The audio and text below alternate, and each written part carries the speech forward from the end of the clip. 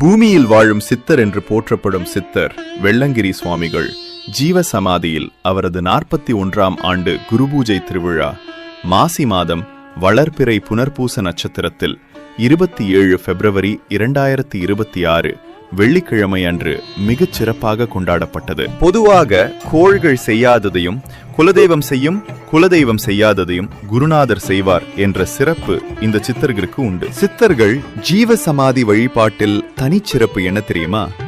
நாம் வசிக்கின்ற ஊரில் காவல் தெய்வங்களாக இருக்கும் மாரியம்மன், காளியம்மன், கருப்பராயன், துர்க்கை, முருகன், விநாயகர், லக்ஷ்மி, சரஸ்வதி போன்ற தெய்வங்களை நாம் வழிபடுவதும் அவர்களுக்கு திருவிழாக்கள் கொண்டாடுவதும் இச்சா சக்தி என்று கூறுவார்கள். பழனிமலை, அறுபடை வீடு, சபரிமலை இவைகளுக்கு மாலைகள் அணிந்து கொண்டு 48 நாட்கள் மண்டல விரதங்கள் இருந்து பாத யாத்திரைகள் சென்று தெய்வங்களை வழிபடுவதை கிரியா சக்தி என்று கூறுவார்கள். இவை இரண்டையும் கடந்து நமது பிறவியின் தர்ம கர்ம பலனை உணர்ந்து கொள்ள சித்தர்கள் வழியில் தியானம், தவம், யோகம் போன்ற சைவ சித்தாந்த வழியில் அகமே பிரம்மம் என்று உணர்த்தும் வழிபாட்டு முறையே சித்தர்களின் ஜீவசமாதி வழிபாடு.